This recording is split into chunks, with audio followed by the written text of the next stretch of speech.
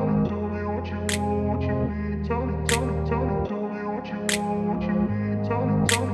grew up in a place where they told you what to chase, told you how to run the race. Every move was on the page, but I didn't like their way. Had to fight and misbehave, had to find a way to change, had to leave to find my way. Oke, kembali lagi di channel Trip Project. Kali ini kita akan membahas sebuah mobil yang lumayan laku ya di kelasnya ya, di kelas medium SUV. Nah, ini adalah Honda CR-V generasi kelima, atau yang kita kenal adalah Honda CR-V Turbo. Nah, kalau kita bahas dari mobil ini, dari sisi tampak depan ya, mobil ini sebenarnya ada 3 tipe untuk yang di Indonesia. Pertama, tipe Prestige, kedua tipe yang non-Prestige, Turbo. Nah, yang ketiga ini tipe yang paling bawahnya nih. Kalau tipe paling bawah, itu adalah NA 2000 cc Natural Aspirated, bukan yang turbo. Nah, untuk yang mobil yang kita review kali ini adalah tipe tertinggi, Honda CR-V Prestige Turbo. Nah, kalau kita lihat ya, CR-V ini kan generasi kelima. Bentuknya itu beda banget sama generasi yang sebelumnya. Generasi yang kalau kita kode bodinya itu RM ya.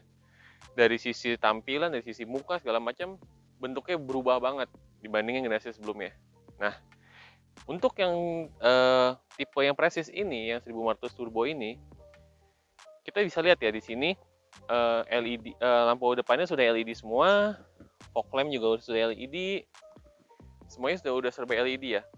Beda dengan yang non turbo, yang non turbo dan yang non Prestige. Kalau yang untuk yang non Prestige di sini lampunya masih proyektor halogen biasa dan fog lamp pun masih proyektor biasa gitu. Nah, di sini udah menganut bahasa desain dari Honda ya, wing solid face kalau nggak salah menganut sistemnya itu. Gitu. Nah, oke, bagian depan mungkin itu aja. Kita bahas ke bagian samping.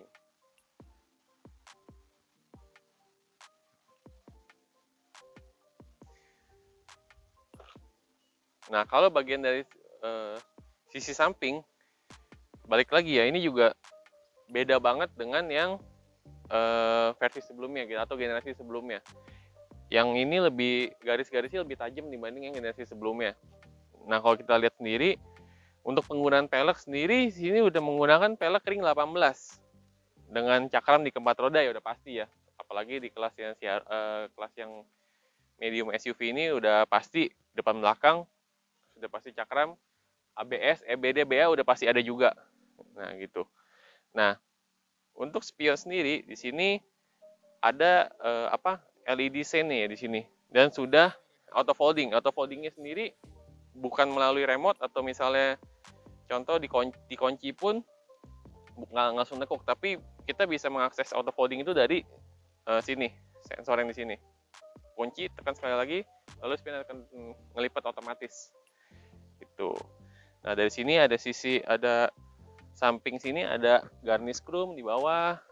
Lalu ya seperti tadi gue udah bilang, ini aksesnya untuk masuk sudah keyless dan sudah smart entry ya. Begitu masukin jari, ini udah otomatis kebuka. Nah, kalau kita buka pintu supir ya, terutama pintu driver, spion otomatis kebuka.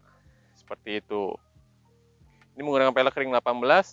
Nah, bedanya lagi dengan yang 2000 cc dan yang non Prestige, peleknya sedikit berbeda nih motifnya. Kalau ini kan palang 5 ya. Kalau yang non Prestige dan yang 2000 cc, ini bannya sama-sama 18, pelek dan bannya sama-sama ring 18, tapi beda di motif. Bedanya kalau yang non Prestige dan yang non turbo, modelnya mirip-mirip kayak batik gitu ya, kembang-kembang gitu. Nah, itu dari sisi samping cukup itu aja sih. Nah, bedanya lagi kalau ini kan sebenarnya CR-V ini bukan yang SUV leather frame ya, ini monocoque. Jadi untuk dari sisi tinggi ini nggak terlalu tinggi banget ya, malah lebih cenderung sebenarnya ini masuk ke crossover sih sebenarnya dibanding SUV dibanding kelas SUV sebenarnya. Jadi ini memang nggak gitu tinggi juga, atas ke bawahnya ya memang lebih rendah dibanding yang SUV leather frame seperti yang kita tahu lah, seperti Pajero atau Fortuner. Oke, dari samping udah cukup. Kita pindah ke belakang. Oke, kita sudah ada di bagian belakang dari sebuah Honda CR-V Turbo. Nah, kalau kita lihat balik lagi ya, yang tadi gue bilang, desainnya itu berbeda banget sama generasi sebelumnya. Dari sisi lampu pun udah beda. Di sini dia menggunakan yang seperti L ini. Kalau yang dulu tuh nggak ada yang bagian sininya, dia cuma bagian bawah di sini aja. Nah, ini semuanya itu sudah LED, kecuali lampu mundur ya. Lampu mundur ini nggak usah diganti sama pemiliknya deh, jadi LED warna putih. Setahu gua sih lampu mundurnya masih belum LED juga ya. Ini kayak gantian deh, kalau nggak salah. Nah itu, nah di sini ada kebetulan nih versi Prestige-nya. Ini ada logo Prestige. Ini ada turbo, emblem turbo juga, VTEC turbo. Sini logo CR-V-nya. Nah, sini ada sensor parkir ya, 4 titik. Ini juga ada ornamen silver. Nah, untuk yang turbo, ini untuk muffler kiri kanan, dan kiri kanannya aktif ya. Bukan bohong-bohongan gitu, dua-duanya aktif. Kecuali yang versi yang 2000 cc, yang non turbo. Itu mufflernya cuma ada satu di sebelah kanan aja. Itu paling kentara itulah untuk membedakan yang turbo atau yang non turbo. Kita lihat dari mufflernya aja. Kalau misalnya muffler 2 otomatis udah pasti mesinnya turbo gitu. Kalau yang muffler cuma satu itu udah pasti yang 2000 cc non turbo. Seperti itu. Nah, di sini kita ada spoiler ya. Spoilernya manis ya, kecil gitu. Ada black stop lamp. Terus di sini ada antena shark fin, ada yang shark fin. Di sini ada wiper. Udah pasti ada rear spoiler juga. Juga ada kamera parkir situ. Gitu sih. Nah, kalau kita bicara dari sisi bagasi, di sini ada akses untuk bukanya ya, model pencetan, bisa buat kunci pintu juga di sini, tombolnya bisa buat buka. Nah, kalau kita pencet, nah ini bagasi udah otomatis ya, udah elektrik. Sebenarnya dari generasi yang sebelumnya yang facelift RM juga udah model udah power back door ya. Nah, diterusin di generasi ini. Gitu. Oke, itu ya, coba abis ini kita bahas bagian interior dari CR-V ini. Nah, guys, kita udah ada di interior atau di dalam dari mobil Honda CR-V ya, Honda CR-V Prestige. Oh ya, gue lupa jelasin ya, kebetulan untuk Honda yang CR-V yang Prestige ini yang versi yang non facelift ya, karena di tahun 2020 akhir atau tahun 2021 gitu kalau nggak salah ya, itu ada facelift untuk Honda CR-V ini. Nah, untuk yang facelift itu nggak cuma sekedar facelift sebenarnya, itu juga ada penambahan Honda Sensing. Jadi yang kayak bisa ngerem sendiri atau bisa ada lane keeping assist-nya itu ada di versi yang facelift itu. Kita bahas dari sisi interior dulu ya. Gue suka sih sebenarnya di interior dari mobil ini. Kenapa? Karena kesannya memang ini jauh banget sama versi sebelumnya ya. Ini modern banget dibanding yang versi sebelumnya. Di sini kita bisa lihat ya. Di sini panel AC-nya udah digital, udah dual zone juga. Nah, ini tapi untuk head unit ini udah diganti sama pemiliknya nih. Kalau sebelumnya kan masih yang biasa, ini udah diganti pemiliknya yang tipe Android, tapi yang memang plug and play untuk yang CR-V turbo. Nah, untuk audio juga sebenarnya three-way ini juga udah tambahan atau gantian oleh pemiliknya gitu. Nah, kalau kita lihat dari bahan dashboardnya udah pasti ya, Honda CR-V ini soft touch di mana-mana. Ini soft touch. Di pintu juga soft touch. Ini juga ada ada bahan kulitnya di sini juga soft touch. Nah, di sini juga ada bahan untuk soft touch-nya. Jadi kalau misal lutut kena ini empuk gitu. Nah, untuk ornamennya di sini ada dua nih. Untuk yang atas sendiri ini pakai yang black glossy ya. Nah, di bawahnya sendiri dan di door trim ini ada yang motif kayu. Motif kayunya juga mirip-mirip asli ya. Emang gue nggak tahu sih ini motif kayunya asli atau enggak. Maksudnya kayu asli atau bukan, atau berinting doang gitu. Nah, dari posisi duduk, nah ini nih posisi duduknya nih. Honda itu nggak pernah untuk sebuah mobil Jepang, Honda tuh nggak pernah fail memberikan posisi duduk yang ergonomis gitu. Kenapa? Bahkan dari sisi yang kelas LCGC pun itu paling enak Honda Brio untuk posisi duduknya. Nah, seperti Honda CR-V ini posisi duduknya ini udah pengaturan setirnya udah tilt, udah teleskopiknya juga main jauh. Nah, ini bisa memberikan pengaturan yang lebih presisi ya dibanding yang hanya tilt aja atau yang sama sekali nggak bisa diatur. Nah, dari sisi setirnya sendiri ini udah dilapis kulit. Ini juga ada tombol-tombol, sini buat cruise control. Memang balik lagi ya, ini bukan yang versi facelift, jadi belum ada untuk yang adaptive cruise control. Nah, di sini untuk audio steering switch, di sini ada pedal shift juga. Di sini ada saklar lampu sama saklar untuk wiper. Lucunya lagi, untuk mobil sekelas ini gitu ya. Ini saklarnya ini untuk wiper dan untuk lampu ini belum auto loh. Agak aneh sih, kenapa? Karena di kelasnya ini untuk beberapa mobilnya itu, untuk beberapa model merek lain ini udah auto headlamp sama auto wiper biasanya. Itu tadi udah gue bilang, ini udah gue jelasin. Ini untuk AC udah digital, bisa individual, bisa dual zone juga. Nah, ini parking brake-nya udah elektrik, jadi model yang tinggal dipencet-pencet aja. Ini udah auto brake hold, tinggal dipencet, jadi kalau di lampu merah mobil bakal ditahan remnya. Di sini ada tombol icon ya, misalnya untuk berkendara hemat. Nah, ini juga ada tuas transmisinya sendiri modelnya seperti ini ya, tinggal dipencet terus diubah ke bawah. Nah, ini juga ada kamera mundur ya sih di sini. Ya, tadi gue bilang di belakang ada kamera parkirnya juga. Gitu. Nah, untuk transmisinya sendiri, untuk Honda CR-V ini menggunakan transmisi CVT. Gitu. CVT yang bisa diatur secara virtual ya dari pedal shift ini. Gitu. Nah, kalau ini untuk yang ini tambahan dari ownernya sih, dari pemiliknya ini. Dengar-dengar sih katanya buat throttle control ya, jadi lebih responsif gasnya. Itu sih, itu aja sih. Nah, untuk pengaturan joknya nih, pengaturan joknya udah elektrik kiri kanan dari sisi driver maupun sisi penumpang. Ini udah elektrik nih. Cuma bedanya kalau yang sisi driver lebih lengkap ya, bisa naik turun, sama ada lumbar supportnya juga. Nah, kalau misalnya dari yang penumpang sendiri itu hanya bisa maju mundur sama reclining aja gitu. Nah, di sini ada penyimpanan terbuka, ada power outlet 12 volt juga. Ini ada 2 buah cup holder. Di sini ada armrest yang bisa maju mundur. Nah, kalau kalian anggap ini console box, sebenarnya ya dibilang console box juga enggak juga sih. Kenapa? Karena ini kesannya kayak console box ya.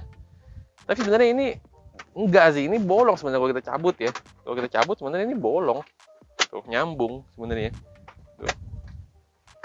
Unik sih ya Honda nyiptain kayak gini. Jadi bisa penyimpanannya gede banget. Cuman disekat sama partis ini aja yang bisa dibaju mundurin juga. Nah, di sini sendiri ada power outlet lagi 12 volt nih di sini, nyempil nih. Sembunyi di sini. Selain di sini ada juga di sini. Itu. Nah, ini kita taruh lagi. Tadi gue bilang nih, ya udah ini bisa buat tray juga di atasnya. Pinter sih Honda nyiptain ini. Jadi lega dan memanfaatkan ruang. Nah, untuk yang ini bahan kulitnya juga bahan armrestnya juga udah kulit, bisa maju mundur juga. Ya udah, ini juga udah kulit. Tadi gue sempat lupa ngasih tahu ya. Nah, ini untuk spion juga udah dynamic view ya, tapi belum auto dimming. Nah, di sini udah ada vanity mirror, tapi nggak ada lampu. Nah, ini nih Honda nih kelakuannya nih, suka sunat-sunat fitur-fitur yang lumayan agak penting nih. Padahal nggak seberapa ya kalau misalnya dikasih lampu. Ini juga ada vanity mirror, nggak ada lampunya juga. Tapi di sini juga ada cup holder. Nah, di sini pegangan tangannya juga udah retract ya, semua sampai ke belakang. Itu aja sih. Oh ya, sama untuk fitur keselamatan ya, selain ada ABS, EBD, BA, ini juga ada stability control-nya juga, ada traction control juga. Gitu. Untuk airbag sendiri ada 6. Untuk yang pengemudi sama penumpang 2, di jok depan ini ada kiri kanan juga, di pilar juga ada. Nah, cuman di sini berhubung pilarnya udah pakai audio aftermarket, jadi ini pilarnya ganti nih. Gitu. Nah, satu lagi nih, bedanya lagi untuk yang versi Prestige, ini ada di panoramic sunroof nih ya. Nah, ini kita kasih lihat ya. Ini tutupnya. Nah, ini kebukanya nih. Kalau untuk yang non Prestige, selain tadi ada beda di lampu, di pelek gitu. Ini paling ketara nih. Nggak ada panoramic sunroofnya. Kalau untuk yang versi bukan yang Prestige ya. Ini juga bukan sekedar hanya panoramic seperti yang kayak ada di kita sebut aja Outlander lah ya. Ini juga bisa dibuka kacanya tuh, jadi bener-bener ini real panoramic sunroof tuh, bukan hanya sekedar kaca yang dibuka tirainya aja gitu. Itu sih guys. Ini juga ada tempat kacamata. Nah ini untuk lampu-lampu semua udah LED ya, udah putih. Nah di sini juga sebenarnya ada backlight sih, ada backlight warna amber gitu di sini, cuman nggak gitu kelihatan ya karena siang. Oke, itu aja sih. Kita, oh ya, kalau kita satu lagi, kalau untuk dari sisi ergonomis yang tadi gue bilang ya, berhubung ini joknya juga elektrik, ini buat ngaturin juga enak nih. Gitu, kita bisa dapat posisi yang presisi banget, mau seberapa gitu. Nah untuk tingginya sendiri, ini tinggi gue kan 181 cm. Nah, ini juga masih lumayan lega sih. Kalau misalnya ngerasa kurang lega ya tinggal turunin aja gitu. Ini juga enak banget posisi nyetirnya untuk yang versi CR-V yang ini. Tapi Honda ya balik lagi nggak pernah fail sih ngasih posisi duduk, posisi berkendara. Nah kalau di bagian sini ada engine start stop, kuncinya juga ada keyless, modelnya seperti ini ya, seperti Honda pada umumnya. Itu ya, satu lagi ini juga kita bisa buka bagasi dari kunci nih. Di sini juga ada tombol-tombol untuk buka power bank door belakang, stability control, sama buat sensor parkir depan, sama ini engine start stop. Di sini bisa ada tombolnya juga.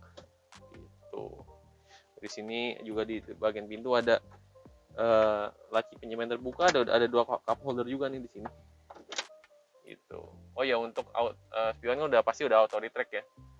Di sini ada pengaturan untuk kunci sama buka pintunya. Auto power window semuanya udah elektrik udah pasti, tapi autonya cuman ada di sisi penumpang, sisi drivernya aja, sisi penumpang belum auto untuk power window-nya. Nah, kalau kalian perhatiin di sini juga Honda agak sedikit menganut mobil kayak mobil Jerman nih. Di sini juga dari sisi penumpang juga kita bisa buka pintu, buka kunci sama tutup kunci pintu dari sisi driver nih, dari sisi penumpang. Jadi nggak cuma dari driver aja. Gitu. Oke. Kita pindah ke belakang ya. Nah, kita udah ada di baris kedua dari Honda CR-V ya. Nah, kalau kita lihat di sini tinggi gua 180 sampai 181 ya. Ini lega banget sih. Ini udah di set posisi mengendara gua. Ini posisi duduknya enak banget ya. Ini bisa jaraknya jauh juga. Nah, cuman ini berhubung di bawah ada power untuk audio, jadi kita nggak bisa masuk ya kakinya. Tapi sebenarnya ini kaki kita bisa masuk ke kolong sih. Nah, seperti yang tadi gue bilang, ini panoramic sunroof-nya juga sampai ke belakang, jadi memberikan kesan yang luas dan mewah ya. Nah, di sini ada sirkulasi AC. Sirkulasi AC-nya ngikutin dari semburan angin di depan. Kita cuma bisa buka atau tutup aja nih sama kiri kanan. Nah, terus di sini ada untuk yang AC-nya juga selain di sini, ini juga ada AC di atas nih. Tapi yang di atas ini kita bisa atur dari depan atau dari sini nih, dari pengaturan di sini. Nah, ini ada 4 lubang ya. Kenapa? Karena sebenarnya CR-V ini 3 seater, bukan 2 seater gitu. Nah, kalau dari sisi door trim, gue agak kecewa ya. Kenapa ya? Karena di sini hard plastik ya, nggak kayak di depan ya. Kalau di depan kan soft touch ya, ini hard plastik. Jahitan juga jahitan palsu gitu. Untuk kelas Honda CR-V sebenarnya ini nggak penting ya. Mestinya dibikin aja ya untuk soft touch sama yang kayak di depan. Kenapa dia mesti bikin yang di sini hard plastik gitu. Nah, ini juga ornamen kayunya sampai ke belakang. Ornamen sini juga black glossy juga ada di sini nih untuk bagian power window-nya. Nah, di sini untuk yang CR-V turbo ini belakang udah ada tweeter nih. Selain ada speaker biasa, ada mid ya, ada juga ada tweeter. Jadi di belakang juga suaranya cukup jernih, meskipun untuk kualitas audionya standarnya sendiri kurang bagus ya, makanya ownernya sendiri langsung upgrade audionya karena menurut dia bawaannya itu masih kurang banget untuk sekelas CR-V gitu. Nah, ini untuk power window. Nah, ini untuk pegangannya, di sini juga ada hook. Sini juga ada, ini lapis kulit ya sampai ke armrest, jadi lumayan enak. Ini ada ada tempat penyimpanan terbuka sama ada cup holder. Nah, kalau kita bicara dari sisi posisi duduk, legroom kan lega ya, tapi headroom ini mepet ya, mepet banget, paling sisa 2 jari ya, 2 jarian, 2 jari setengah lah kalau misalnya kita posisinya tegak gitu. Agak kurang enak, kenapa? Karena ini kompensasi dari adanya panoramic sunroof sendiri, karena ini kan masuk ke dalam ya, jadi ini bikin sempit sih, cuman ya masih bisa toleransi lah. Di sini ada seat belt, seat beltnya sendiri di sini 3 titik ya. Untuk yang tengah sendiri ini ada armrest nih, armrestnya lumayan enak ya kalau misalnya gini, kiri kanan enak. Terus di sini juga ada cup holder 2 selain di pintu. Nah, ini juga ada joknya sudah isofix ya, bahkan ada tethernya juga, bukan nih, ada ini ada buat isofix di sini. Ini juga untuk joknya, oh ya, 3 titiknya juga bisa buat di tengah ya, jok tengah pun udah 3 titik juga, ada armrest, ada headrest juga di tengah, jadi bener-bener proper untuk untuk yang duduk di tengah. Cuman kalau duduk tengah enak ya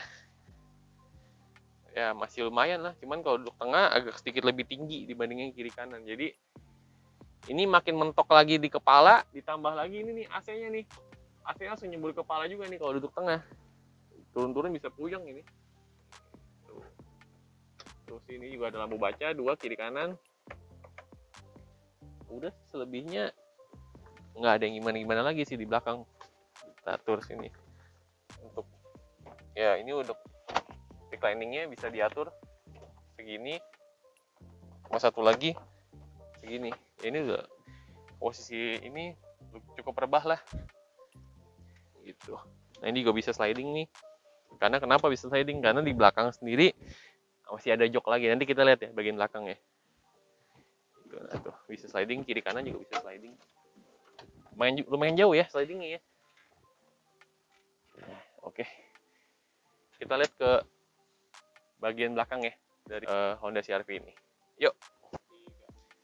Nah, seperti tadi gue bilang ya, untuk yang generasi ini CR-V itu nggak cuman 2 seater, nggak cuman 5 penumpang aja, tapi bisa sampai 7 penumpang. Di belakang tuh masih ada jok lagi. Gimana sih cara naik ke belakangnya? Nah, kita coba ya. Yang pertama kita ini sliding ini, kita majuin dulu, terus kita tarik ini. Nah, ini turunin. Nah, ini nggak enaknya nggak ada one touch tumble ya. Kalau yang mobil-mobil lain kan di sekali cetek ngeguling sendiri ya, ngelipat sendiri. Nah, ini mesti tarik lagi. Ini tariknya sendiri agak keras. Nah, tuh, itu lumayan capek sih narik ya, mana joknya berat lagi kan. Nah, itu jadi ini tinggal kalau udah kelipet gini, gitu tinggal naik aja nih, naik terus naikin lagi. Aduh, agak sedikit lumayan capek ya. Nah, ini posisi udah maju nih. Nah, cuman menurut gue di belakang ini enaknya cuman untuk anak kecil ya. Kalau buat tinggi gue, apalagi gue yang tinggi 180, 181 ini nggak enak banget nih, kayak penjara di sini. Tuh, masih ngepas banget. Ya tapi ya buat apa? Buat darurat boleh lah. Misalnya jarak-jarak dekat, rame-rame sama temen, ini gue masih bisa nyender 1 kali lagi. Sorry, sini ada audio, kita sini aja. Tuh, masih bisa rebas sekali lagi. Kalau sisi nyender sih itu ya, nggak inilah, nggak tegak-tegak amat gitu. Nah, ini ya ada headrestnya juga adjustable. Nah, enak sih, jujur. Ada airbagnya sampai sini nih. Nah, di sini headroomnya sendiri, karena gue tingginya lumayan ya, 180-an, ya mentok. Kecuali kita mau yang enak deh, mau duduk belakang. Ini juga AC-nya juga terlalu deket sama kita. Nah, kalau kita perhatiin di sini, ini ada detail unik ya. Di belakang itu nggak ada cup holder, tapi dia dikasih ginian nih. Ya, ini buat cup holder juga. Kalau kita tarik begini, ini juga bisa buat naruh botol gitu. Pinter sih detail dari Honda ini. Kenapa? Kalau misalnya dia bikin cup holder, mungkin makan tempat atau gimana. Ini kan juga kalau nggak dipakai ini bisa dilipat gitu untuk cup holdernya. Nah untuk seat belt sendiri ini udah 3 titik ya. Juga ada ruang penyimpanan kecil dikit di sini. Udah 3 titik. Ini juga rapi, ada selipannya sendiri, ada selipannya jadi seat belt nggak bunyi-bunyi. Oke. Kita cek bagian bagasi sekarang. Oke, kita udah ada mau ngecek bagian bagasi ya dari sebuah Honda CR-V. Nah, tadi sebenarnya gue bilang di awal ini udah power director, pencetannya di sini ya. Nah, ini bagasinya nih. Bagasinya sendiri ya kalau joknya kebuka semua sih dibilang lega enggak, tapi ya cukup lah nih buat kayak ada satu subwoofer cukup lah gitu. Nah, untuk ngelipetnya sendiri gampang sih, ini tinggal ditarik, turunin. Turunin, set. Ini juga tinggal turunin. Nah, ini tinggal mungkin geser dikit. Nah, ini kalau misalnya kita lihat ya, kalau kita mau bawa barang yang cukup panjang, Honda itu lumayan untuk balik lagi ya, yang aku bilang. Selain untuk penumpang, untuk bawa barang juga dia cukup fleksibel. Seperti yang kita tahu, Honda Jazz dulu mengeluarkan istilah Ultra Seat. Nah, itu juga pelopornya Honda gitu. Jadi dia memanfaatkan ruang yang sangat-sangat efisien. Nah, ini kalau misalnya kita turunin semua, ini bisa jadi rata lantai loh. Ini benar-benar rata. Gitu. Jadi bisa bawa barang tuh enak gitu. Nah, ini juga partisinya juga pintar nih Honda nih. Ini partisinya itu bisa turun, bisa taruh sini nih. Agak susah ya. Nah, ini posisi bisa dicopot atau bisa taruh di bagian bawah sini. Jadi kalau misalnya ini taruh di atas kan, cuma masangnya agak-agak tricky nih. Nah ini kan kalau misalnya kita taruh sini, jadi rata lantai. Tapi kalau misalnya kita tarik, kita taruh bawah, ini bisa nambahin space lagi. Lumayan pinter sih Honda bikin kayak ginian gitu. Untuk ban serepnya sendiri ada di bawah sini nih, kita tarik lagi partisinya. Nah tuh, ini dongkrak, kunci rapi di sini. Aduh sorry, ini untuk bannya juga ini full size ya, bukan ban kaleng, bukan pelek kaleng juga, sesuai dengan aslinya di keempat rodanya. Nah itu aja ya. Sekarang kita bahas sisi mesin ya. Oke, nah kalau misalnya tadi kita udah bahas dari sisi eksterior, interior, kita sekarang mau bahas dari sisi mesinnya. Oke, kita buka dulu ya. Aduh, kap mesinnya enteng loh untuk mobil sekelas ini. Nah ini dia untuk mesin dari Honda CR-V Turbo. Sorry ya kalau misalnya agak kotor, kita belum sempat bersihin. Nah, satu hal yang gue notice dari mesin ini dan untuk mobil sekelas ini, yang pertama, berantakan, nggak rapi. Ini nggak ada cover-covernya, kabel-kabel semua, ini piping semua tuh kelihatan gitu, nggak dibikin rapi. Kenapa Honda tuh nggak bikin cover-covernya gitu, jadi biar kesannya rapi gitu. Seperti itu sih. Nah, kalau dari sisi mesinnya sendiri untuk Honda CR-V ini tadi gue udah bilang, ada 2 tipe, ada yang 1500 cc turbo, ada yang non turbo tapi 2000 cc. Itu mesinnya untuk yang 2000 cc itu mesin CR-V lama, masih dipakai lagi di Honda CR-V sekarang gitu. Nah, kalau untuk yang turbo ini udah pakai mesin 1500 cc turbo, teknologi udah Earth Dreams, ya teknologi andalan dari Honda ya. Nah, terus juga tenaganya sendiri sampai 190 PS dan torsinya bisa sampai 240 Nm gitu. Sebenarnya mesin ini dipakai sama juga untuk Honda Civic Turbo gitu, cuma beda tuningannya aja. Ini dari sisi tenaga lebih besar dibanding Honda Civic Turbo gitu. Nah sebenarnya ini unik sih. Kalau sebenarnya di luar negeri untuk Honda CR-V ini ada versi mesin dieselnya loh. Cuman di Indonesia Honda nggak main ini ya, nggak main mesin diesel gitu. Kenapa? Mungkin karena bahan bakar kualitas solar di Indonesia mungkin nggak sebagus di luar negeri. Makanya Honda nggak main segmen diesel di Indonesia gitu. Nah ini untuk kap mesin udah ada peredamnya, cuman balik lagi tadi gue bilang ini untuk mobil seharga ini ya, ini kap mesinnya nggak berat loh, ini enteng, berarti secara nggak langsung udah ngasih tahu ya kalau bahannya itu nggak terlalu tebal-tebal amat gitu. Oke, itu ya sih kita. Oh ya, ini tadi gue udah bilang udah ada untuk ABS EBD-nya. Ya udah sih paling gitu aja sih. Dari sisi mesinnya ini 1500 cc turbo. Ya untuk apa? Untuk mesinnya ya sekarang udah banyak familiar dipakai di Honda lah. Nah, kalau kita bicara dari sisi konsumsi bahan bakar, gue pakai ini udah beberapa hari ya. Untuk di MID sih tembus 1:12,5 ya. Di MID ya, cuman kan di MID ada agak sedikit nggak real ya, ada sedikit penyesuaian juga. Nah, tapi kalau pakai metode full to full untuk gue berkendara di dalam kota, kombinasi ya, kadang tol, kadang macet juga. Ini tembus 110 sampai 1:11 gitu.